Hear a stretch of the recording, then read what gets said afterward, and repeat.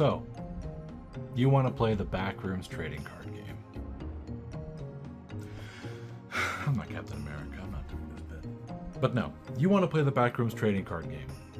Might be because you like the Backrooms as a concept, you've heard of the Backrooms before, you absorbed their content, or you're interested in the fact that this is a solitaire trading card game.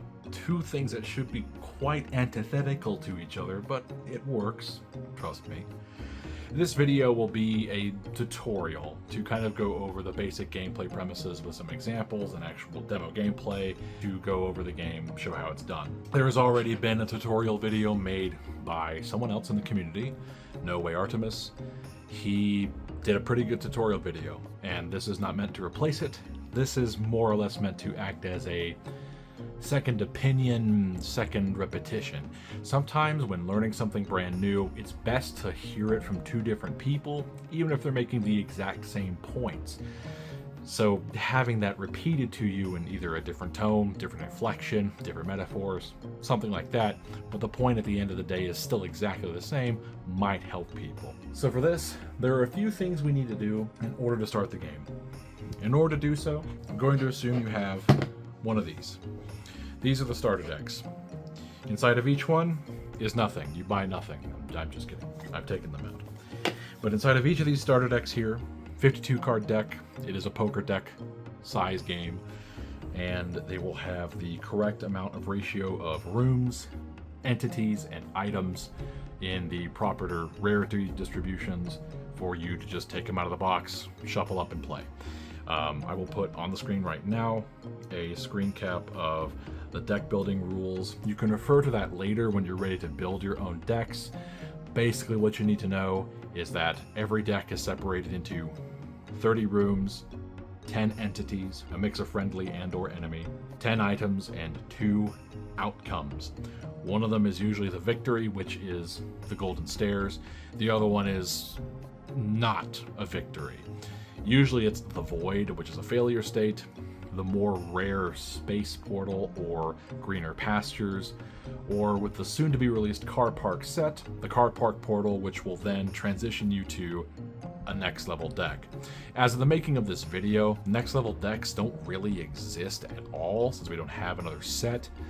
But if you were to go to a new zone like the car park or aqua zone, you would then put up that deck, pick up the other one, and start over, but keeping your stats. But we're not going to worry about that in this video. That might be for later. For now, we have the deck. We're going to use this one for the tutorial. We're also going to need at least 2 things. You see 3, you really just need 2. The first thing is a spin down counter, or a way to keep track of a number that can go up to 20. A spin down dice is ideal if you're a Magic player. You probably have 10 or 20 of these if you buy sets and boxes that come as pre-cons or like gift sets.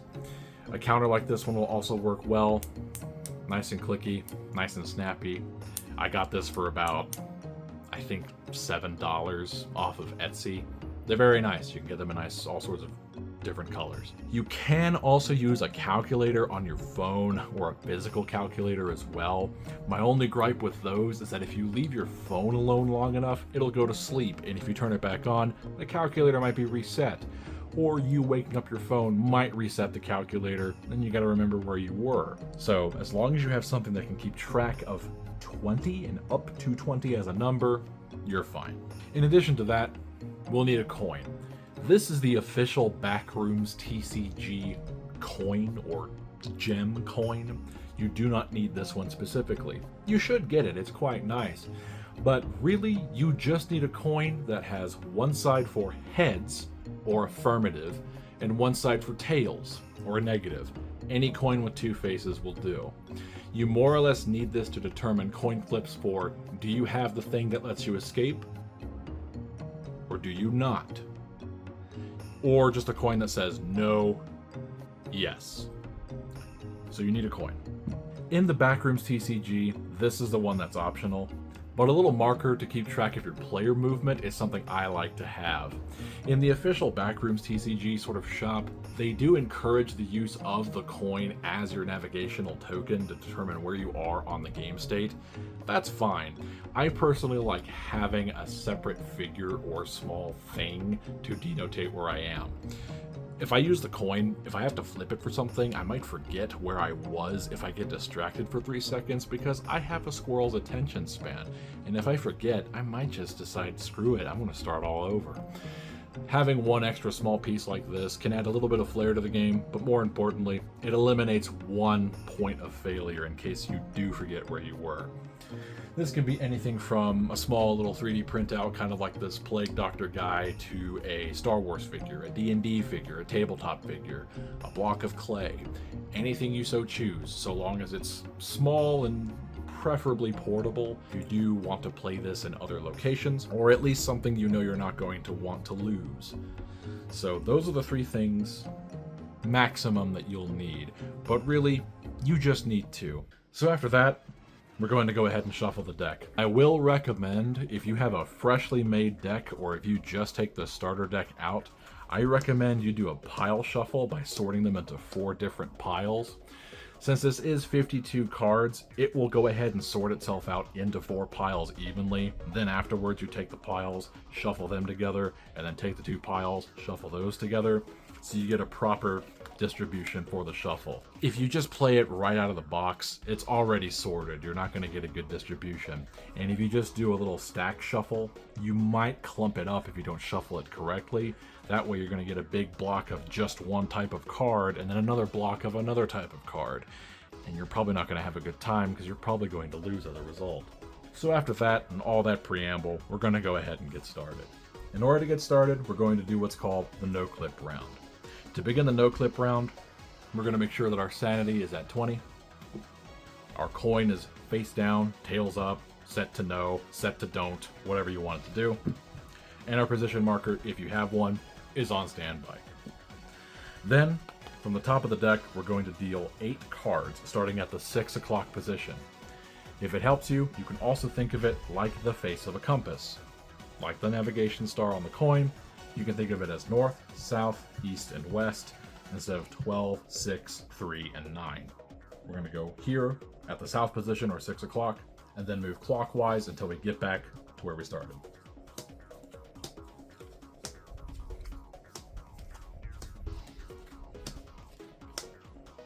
From here, we're going to put our position marker where our first available room is. In this case, it is going to be at the 6 o'clock position. But if, for example, there was an item here like this tennis ball, or an enemy like this lost agent, or another entity, even if it's friendly, you can't start there. That's not a room. So you're going to have to keep moving along, clockwise position, until you wind up in a room, and then you may begin. There is a chance that when you deal out your starting 8 cards, you don't have any rooms to start in, or you may only have 1, and everything else is an item or an enemy. In that case, you've technically lost the game, but I would really consider it more of a mulligan. In the dozens of times I've played this game personally, I've never had that happen, so it's a very rare occurrence. Usually if that does happen, it's with a fresh deck, and that is a sign that it probably wasn't shuffled very well if everything piled up. After we deal out our no-clip round, we're going to deal 4 cards and put them face down right here. Do not look at them. We're not going to look at them at all. The rest of the cards here form your deck. From here, we're going to go ahead and use the term pull pile. It's going to be abbreviated to PP. Let's get this out of the way now. Very funny. Pull pile is going to be what the deck is called. The cards that you've dealt out, the 4, you're going to hold in your hand. Quite literally, it will be called your deck in hand. Another way to think about it is that this is your health point total. So keep that in mind. If this ever hits 0, if your hand is empty, you lose the game. Conversely, if this ever hits 0, you also lose the game. A very specific analogy that could apply and help people understand this a lot better, help me understand it, but it may not help you because this is one for one specific card game in particular, but I'll put it out there in case it does help someone if they did play the game. If you've ever played the Digimon trading card game, you know that your health pool is security, and when somebody attacks you, you reveal cards until you get to 0, and the next hit kills you. In this game, think of your deck and hand as your security.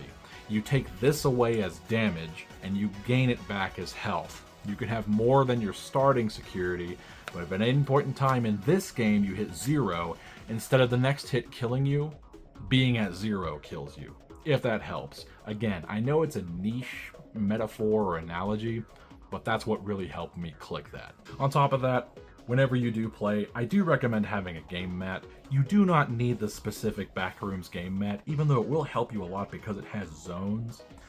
Any game mat for any card game or any sort of standard game mat will work.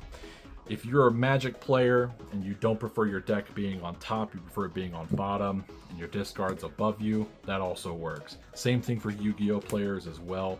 Think of this as your deck, and up here is your graveyard or your banish zone. The only thing I really don't recommend is using a playmat that does have additional play areas. So if you do have a playmat for Magic the Gathering, which shouldn't have play areas to start with, but especially if you have a Yu-Gi-Oh or maybe a Flesh and Blood playmat, those might have play areas defined for you. I don't recommend using them just because it may be a little confusing with a completely different card game. It's a mind over matter thing, but it can be against you if you're learning something brand new for the first time. So now that we have our starting hand, deck in hand, and we have our starting board, the field of play, we can begin. So for round 1, we can do a bunch of different things in what is called the action round. In the action round, we're allowed to pick up items, engage enemies, engage friendlies, and use items. We can do this in any order we want.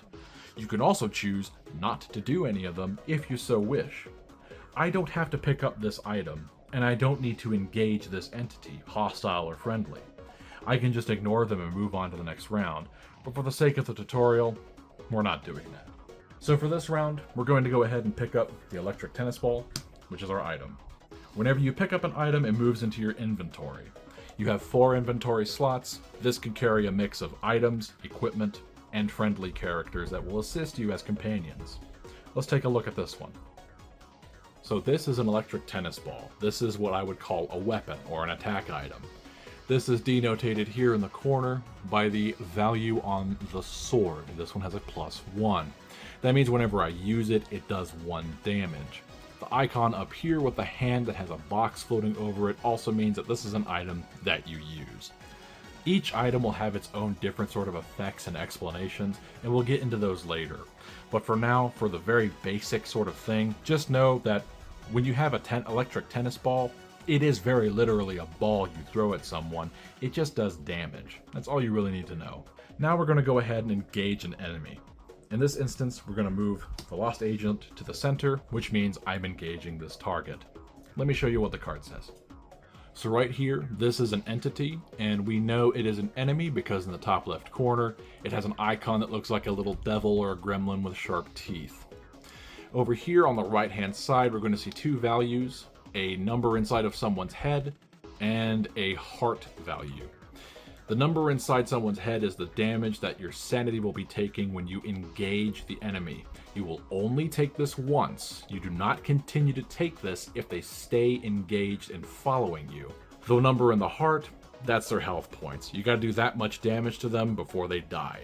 Damage in this game does stick and it does carry over. So if you can't kill an enemy in 1 hit, don't worry about it. You still have time to get rid of them. You don't have to one-shot them. Although in most cases, killing them in 1 blow is probably the best thing to do. Then in the bottom left corner, there is another number indicated here called 1, abbreviated DIH. This is how much deck and hand damage you're going to take, and I'll show you how to take that damage in a second. But you can more or less associate that with when you engage this enemy, you take 1 health point of damage. For every turn this enemy stays engaged or is following you through the backrooms, you will continue to take this as your deck and hand damage. So remember, sanity is 1-time damage, but your deck and hand, it keeps going until you get rid of them or you run out of cards and you lose. Okay, so we engage the Lost Agent. Now we're going to go ahead and take our sanity damage. In this case, it's 3. And we're going to take our deck and hand damage. Unlike a conventional card game, whenever you do take deck and hand damage, this does not go to your discard pile. Instead, you bottom deck the top card in your deck and hand. And then that's it. That's the engagement. So now from here, we can still use an item. So since we just picked up the electric tennis ball, we're going to take it, we're going to throw it, and he's going to go down. Whenever you defeat an enemy, any items that you use along with the enemy you defeated go in the discard pile. There are a very few number of enemies that say otherwise. If they are defeated, they don't go into the discard pile, or they may do something else. There will be a block in the description, which I will show in a second, but every enemy has different descriptors in the box. Let me show you the Lost Agents for an example. Now down here in this box, it explains the Lost Agent in more detail, kind of telling you what you can do to deal with this enemy. For example, since he's wearing a hazmat suit, using spores like mushroom weapons or using liquid weapons, which we'll see later, are completely ineffective. His suit will protect them. But using a physical weapon, like a tennis ball, that won't really be protected by the hazard suit. Also, he's easily distracted and dealt with distraction items, which I'll explain in a later segment. But for now, really this translates to, he's immune to liquid and spores, but physical weapons, they work great. If you're a Yu-Gi-Oh player, you're probably used to seeing a bunch of text in a little box, but you're probably not used to reading it. Unfortunately, in this game, you are going to have to read it. Every enemy does have their own different contextual immunities, weaknesses, vulnerabilities, and etc. that are all tied to what the enemy is. Some are common sense, like the Lost Agent wearing a suit protecting him from spores and liquids. Others, you will have to read the card, and they'll tell you otherwise. So, we've used the electric tennis ball, we've killed the Lost Agent. Whenever you use an item, you do put it sideways to denotate that it's being used against them. In Magic, this is tapping, or exhausting, or resting. Define your game, you put it sideways, it does a thing. So now that we've done that, what I like to do is I like to use this card to shovel it under here and put them in the discard pile. So with that out of the way, our action round is over. I have nothing else that I can do. Technically, the last thing I can do is to engage a friendly, but I don't have any friendly entities here available to engage. So now we're going to go ahead and move. Whenever we move a card, this is the part that most people get tripped up on, so I'll try to explain it both with visual reference and with words.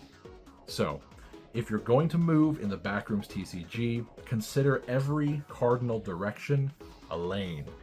You cannot move in the lane you're currently in. You can move in lanes you are not.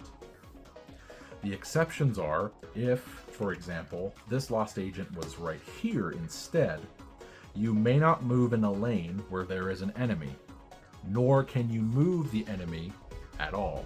A more physical metaphor is that if a room was to be picked up and dropped on you, that would probably hurt a lot and just kill you, so you don't want that to happen. Vice versa, if you were to try to move the room from under you, well, now you've got nothing there and you fall into the void and you're dead. So that's another way to think about it.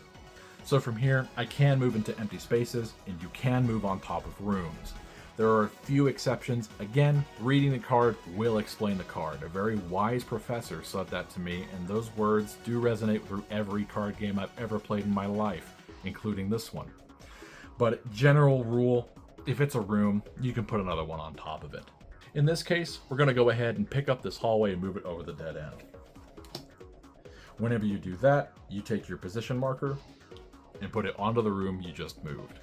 Afterwards, we're going to draw the number of cards in the PP or pull pile section.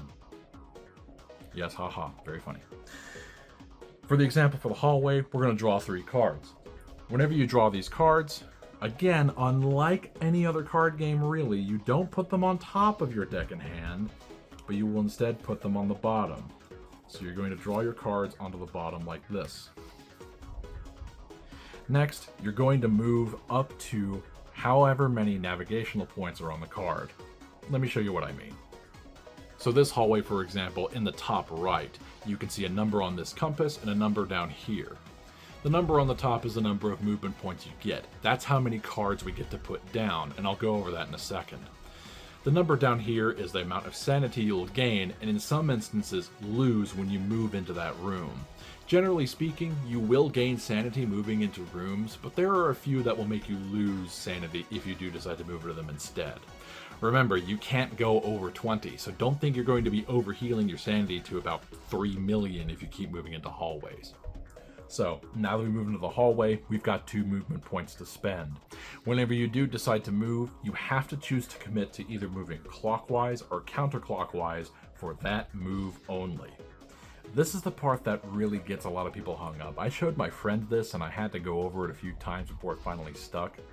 But whenever you do move, you choose to commit to move in one direction, clockwise or counterclockwise. But it's not for the rest of the game, it's just for this one move. The next time we move, you can choose to go one way or another again, and you can always pick it. However, when you commit to a certain direction, you have to keep moving in that direction. You can't decide to go clockwise, flip over something you didn't like and go, oh no, and then turn around and go counterclockwise. You've got to commit to a certain direction. From here, we're going to go ahead and move clockwise in this direction. So, second round starts. In this action round, we've got a couple things that we do want to do, and a couple of new things we get to go over. We're going to go ahead and pick up these master goggles and add them to the inventory. Let me show you what the card does. So these are the master goggles. It's a different type of item called an equipment. This is denoted by the little t-shirt icon on the top of the card. In the text block, it explains exactly what this piece of equipment does. Usually, equipment will continue to give you these benefits until they're either discarded because it's been a certain amount of turns, discarded because of a different effect, or because you get rid of it. And we'll go over that a little bit later on in the video.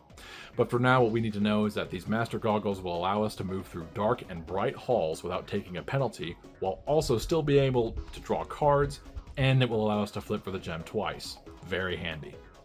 Next, we're going to choose to engage an entity. Despite how intimidating this card looks, the Crimson Knight is actually an ally, and a very potent one at that. So this is the Crimson Knight. He is a friendly entity because you can see that he has an icon that is a happy face and not the small little devil. On top of that, he has another icon that looks like 2 people overlapping each other. This means he's a companion, more or less acting like a piece of equipment. When you obtain the Crimson Knight, he'll follow you, kind of like a party member in an RPG. Whenever you engage a friendly entity, in most cases, you will gain sanity. In other cases, there are entities that are considered both hostile and friendly, where you will see both the smiling face and then the toothed grin face. That means that depending on the situation, they can be beneficial and help you, sometimes at a cost, but you don't have to fight them. You can usually either discard them and move along your way, or you can choose to fight them if you want to. In this case, in this companion's block of text, he explains that the Crimson Knight will give us an additional +3 damage to all of our attack values. That's very good. That means that tennis ball that we used earlier that does 1 damage does a whopping 4. In this game, that's enough in most cases to knock out a lot of enemies in one blow. So, the Crimson Knight will stay there in the inventory until we decide to get rid of him, or we lose him from an effect. From here, there's nothing else to really do. There are no enemies to engage, no more items to really use, and nothing to be used on. So from here, we're going to go ahead and move this hallway here, from the south to the north. And we'll draw our 3 cards. After that, we'll continue to go clockwise, and put down 2 more cards here. Beginning of the next action round, we're going to go ahead and pick up these shock shrooms, and I'll show you what these do really quickly. So these shock shrooms are another type of item. Because they are mushrooms, they're considered a spore weapon, so these would be quite useless against a lost agent. These do 3 damage, but with our Crimson Knight, you can consider that a buffed 6. That's really strong. On top of the fact that in this item box, the shock shrooms explain that when you use them to attack an enemy, it stuns them. That means that on the next turn, if they're still alive, you don't actually take deck and hand damage, and that can actually really save you in a lot of predicaments, especially if you're trying to find something else to finish something off. So after picking up those shock shrooms, we really don't still have much else to do. So we're going to go ahead and move over to the lecture hall and gain our sanity, which is 2. In this case, I really should be at 20 because I have been moving into hallways. I've been so focused on the tutorial and explaining certain cards, I've forgotten to do that. And that can happen. Just don't let it happen very often. The lecture hall will allow us to draw 4 cards as indicated on its card. And then after that, I'm going to choose to move counterclockwise, like so. Next round, again, nothing really to do action-wise, but because I have the Master Goggles, the Dark Hall will actually allow me to collect the score without taking a sanity penalty, so I think I'm going to go ahead and do that. And then we'll continue to move clockwise. So, we have an enemy here, and we have another item. In this order, I'm going to pick up the item first, just in case I want to use this weapon instead of using the shock shrooms, and then we'll go ahead and engage the faceling. When we do that, we're going to lose 4 points of sanity and lose 1 deck in hand. After that, we're going to go ahead and throw this bottle of liquid pain, dealing 5 damage total with the Crimson Knight. Now, let me show you something on the faceling card. Now on this entity card right here, we do have a gem on the top. This gem means that whenever this enemy is defeated, you can flip for a chance for a Painite gem. We need this in order to escape. You do want to go after these enemies, no matter how threatening they may be. Just make sure you're prepared first. So, now that the faceling's been defeated, we can flip for the gem. The Master Goggles do give us the ability to flip for it twice, so let's see how that goes. No. No. You don't have to do the hand slap method. You can just flip it and toss it on the table, but I like to do that. I don't like the coin bouncing around and possibly getting lost. I have to get up and go grab it. So even though we had 2 flips, unfortunately, we don't get a gem. That's just how it is. So now we're going to go ahead and move this lecture hall on over to the empty space and try to fill up some of the board here. And let's move clockwise this time. Okay, that's a much bigger threat, but that is something we'll have to go ahead and deal with. We're going to go ahead and engage this enemy, the Ancient Hound. The Ancient Hound in this case is going to deal a whopping 10 sanity damage to us. Again, I forgot to regenerate 2 from the lecture hall, but now I'm taking 10, so I'm down to 8. I'm also going to be discarding 3 cards because this is a very powerful entity. I don't have enough damage to deal with it in 1 turn, but I can use the shock shrooms. So I'm going to go ahead and do that, and it's going to take 6 damage. An additional thing I didn't cover earlier, if you have pip dice, and if you're a Magic player, you probably have a box of them. It's good to have these attract damage in case you need it, but sometimes you really don't fight too many enemies where you're either not going to be one-shotting them because you just want them out of the way, or they have really low health values, and it's pretty easy to keep track of. But I like using pip dice just to keep that clear. With the shock shrooms on it, it'll be stunned for a turn, so I'm not about to lose 3 more cards the next time I move, so this might buy me some time to get me another weapon to finish it off. Now we're going to go ahead and move this hallway into an empty space, into this corner, and we'll move here. This time we'll remember to gain our 3 sanity, draw our cards, and we'll keep moving clockwise. Okay, that's looking pretty good. Since he's stunned, I'm not going to take 3 more deck and hand damage. Instead, I'm going to go ahead and pick up the electric tennis ball, and then I'm going to throw it right at him. After that, I'm going to go ahead and flip for a gem, since he has a gem icon on there, and I get 2 flips. Let's see how this goes. No. Well, there we go. That's better. Now we have the gem. As long as that coin remains face up heads, that means we have the gem, and if we can find the golden stairs, we can get out of here. So now that he's been defeated, we're going to go ahead and try and see if we can find that golden staircase and get out. We're going to move this hallway over the dead end here, draw our 3 cards, gain sanity, and we're going to move counterclockwise this time. So the Void has appeared. Let me show you this card real quick. Now this is the Void. You generally don't want to run into this card, but it's always going to be in the deck. These 2 icons up here mean that it is a permanent fixture with a lock, meaning it can never move, and that swirly means it's a portal. Technically you can go through it, but you don't want to. If you do, you lose 20 sanity, and that means you lose the game. And that little door there with the arrow does mean it's an exit, but it's really one you don't want to have to take. In the body description of the Void, it does explain that when it's revealed, we have to lose one item or companion from the field of play or our current inventory. If you can't do this, that doesn't mean you lose or suffer a penalty, but if you can lose it, you have to lose it. So in this case, since we're really done with combat at the moment, unfortunately, I'm going to sacrifice the Crimson Knight to the Void. But maybe we'll run into him later if we need him. So now that the Void's there, that's another place we can't move. And we kept the goggles in case we have to use them to move through another dark hallway. For now, we're going to go ahead and move the hallway over this lecture hall. Draw 3. And gain our 3. And we'll keep moving counterclockwise here.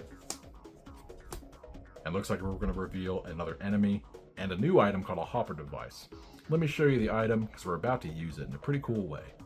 So this is the hopper device. It's a one-time use item as indicated by the little hand with a box over it. So we're going to be keeping that in our inventory until we need it. When we use it, we're going to be gaining 3 sanity on use. And in here in this box, it explains exactly what the card does. But instead of going over how it works on text, let me just show you how it works. Okay, we're going to pick up the hopper device. Now we're going to use it. I like putting it in the middle to indicate that I am using it. What this does, it allows us to move something across the back rooms. So, we can teleport an entity across a lane, no matter what, no matter who's there. So I'm going to pick up this Smiler and throw him into the Void. If you move an enemy onto an exit, the Void, the Golden Stairs, whatever have you, it technically is considered dead and it goes to the discard pile. You don't defeat it, you don't get a gem chance, but you can more or less think of this as jettisoning somebody out of the airlock because you really don't want to deal with them. On use, we're going to go ahead and gain 3 sanity and go back up to 20. Very nice. Now we're going to go ahead and move this hallway to the empty space here in the northeast. Draw our cards. Gain no sanity since we're topped up. And let's go ahead and finish moving this way. And there we go, that's pretty good luck. Now that we got the Golden Stairs, we're going to pick them up, move them over. And the second our movement counter moves here, and we have the gem, the game's over, and you win. If you do have the Golden Stairs active, but you don't have a gem, you can't move to the Golden Stairs. It has no movement points. It serves no purpose. Even though it does have a plus 20 on sanity gain, that's really more for fun. But you need to have a gem before you can move into the stairs. Additionally, if you run into a scenario where the stairs are in front of a permanent fixture like the Void, there's only one way to really deal with it, and I'll go over that in a moment. But for all things considered, that was a very successful game of the Backrooms. We wound up with maximum sanity before we left, had a fair amount of deck in hand left, and pretty good amount in the full pile to spare. Not all games will go that smoothly. Some might last a while, some may only last 2 or 3 turns. That's really kind of the complexity and the diversity this game can offer. A couple of the things I didn't go over in that tutorial game I can cover right here. For example, if I have a full inventory, does that mean I can't have any more items? No, you can pick up more items as you find them. You have to just discard one first. So for example, if I want this parasitic tennis ball, I first have to discard an item. I'm going to choose a liquid pain, and then I'll add that to my inventory. For companions, this is a 2-player game in that sense. Only one other party member is allowed. You can't gather your party and venture forth and do whatever you want in the Backrooms. So if you have a companion like the Crimson Knight and you run to somebody else, you're going to have to say goodbye to Crimson Knight by putting him into the discard pile before you can add that new companion to your inventory. Additionally, there are some companions that will leave automatically after certain conditions are met. Usually whenever you get a Painite gem, those companions will leave. Just be sure to read the card properly and you'll know how long you can keep that companion and whenever you lose them. In addition, in this scenario, it looks like I can make a valid move by, for example, picking up this hallway and going right here. But I don't have any cards in the pull pile. Does that mean I lose? In conventional card games, if you run out of cards in your deck, that typically means you lose, or you're just about to. In the Backrooms card game, whenever you run out of cards in your pull pile, what you're going to do is this. Set down your deck in hand, somewhere you won't lose it. And then you're going to pick up every single card, except for the one that you are currently on. So in this pile, I have these 4 cards where my movement marker is currently sitting on this hallway. I'm going to pick up every card underneath this one and leave that right here. Then I'm going to pick up every single card on the field of play and every card in the discard pile. Your inventory remains untouched and you keep your deck in hand. Afterwards, you shuffle these cards together and then you start from your position clockwise. You do another no-clip round. So we're going to go ahead and deal a new field of play until we get to our current position. Then you draw any remaining cards you're still owed from your card score. In this case, I didn't draw any, and the hallway lets me draw 3. So I'm going to add 3 cards, and then I'm going to move my 2 spaces. Another thing I didn't go over, and probably the most important one, what happens if I'm not allowed to move? Well, that unfortunately means you lose the game. In this instance, here on this play state, this entire lane is blocked unless I decide to engage an enemy. This lane I'm currently in, and on top of that there's an enemy waiting for me right here. And then right here, we have the Ancient Strangler blocking a movement into a hallway. Under normal circumstances, this does mean you lose. However, in this specific instance, there is a way out. If it's the beginning of your action round, you haven't engaged an enemy yet, in order to free up an avenue of movement, if you can engage an enemy first, removing them from the field of play. That way, you open up one movement possibility here. So that way you can go ahead, deal with the threat, or ignore it if you so choose.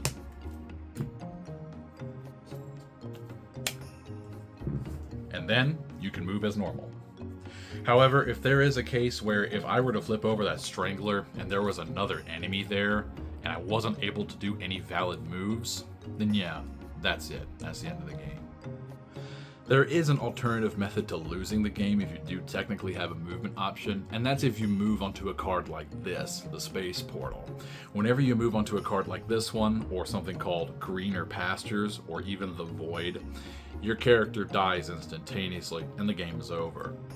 The other alternative lost condition is an extremely rare one, albeit you will probably see it if you are extremely lucky.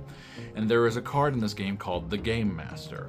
Now, if you've played Yu-Gi-Oh!, the best analogy I can make is, it's Exodia. The second you see that card, you are obliterated and you instantaneously lose. That card is a wild card. It can take place of any card in the deck whatsoever, and it doesn't exactly fit any rules in terms of what it can be. But if at any point in time you flip over the Game Master in your field of play, that's it. You instantly lose. Anyway, that about covers it for the basics on playing the Backrooms trading card game, and that should hopefully clear up the waters a little bit on what you do and what you can do. If there are any further questions, please don't hesitate to ask in the Discord server. We do have a dedicated channel for that, and there are tons of people that are more than happy to help you. And again, no question is a dumb question. The only dumb questions are the ones that never get asked. So please feel free to come in and ask us anything you so desire about the game, clarity on any sort of movements, stuff like that. Someone will be there to be able to help you out. And all of us had to go through very similar hurdles. Most of it's figuring out movement. Sometimes it's figuring out how many things you can do, how many things you're allowed to do in certain orders or certain ways, things like that. There are also a few nuances of the game that I'm not really going to go into. I think this video is going to be long enough. But one of the main ones that I personally like, that I think that people may not be completely aware of, is that different rarities of cards happen to be a bit different in gameplay. Let me show you a quick example. A good example here is the Lost Agent. Normally, he's probably the weakest enemy you can fight in this game. He only has 1 health, he does 3 sanity damage to you, doesn't really do anything else besides that, just pickpockets 1 card from you. But if you happen to draw the higher rarity full art Hollow Lost Agent, he has 2 health points, does 5 sanity damage to you, and deals 2 deck and hand damage. And even further past that, if you pull the white or bright rarity full art comic art Lost Agent, he has 4 health, does 6 sanity damage, but still does 2 deck and hand. These 3 cards in different rarities can pose very different challenges and very different possibilities of play. So in a way, again, this does make the game feel more like a video game in the sense that you will have the common enemy, the boss of that common enemy, and the mini-boss, who is the boss of all the enemies. You can think of this as the Goblin, the Hobgoblin, and the Goblin King. This also applies to companion characters as well.